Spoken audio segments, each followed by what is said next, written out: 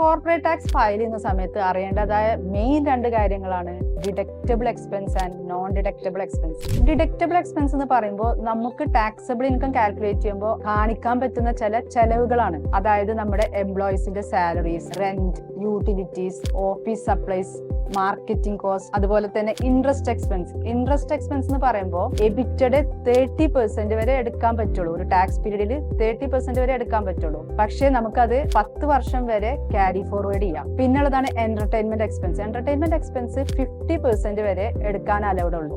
രണ്ടാമതായി നമ്മൾ പറഞ്ഞ കാര്യമാണ് non deductible expense. Non deductible expense പറയുമ്പോൾ നമുക്ക് കുറക്കാൻ പറ്റാത്ത എക്സ്പെൻസ് ആണ്. ഇത് നമ്മുടെ ടാക്സബിൾ ഇൻകത്തിൽ നിന്ന് നമുക്ക് കുറക്കാൻ പറ്റില്ല. അതായത് എക്സംപ്റ്റ് ഇൻകം. എക്സംപ്റ്റ് ഇൻകത്തെ കുറിച്ച് ഞാനൊരു വീഡിയോ ഇട്ടിട്ടുണ്ടായിരുന്നു മുമ്പ്, നിങ്ങൾക്ക് അത് റെഫർ ചെയ്യാവുന്നതാണ്.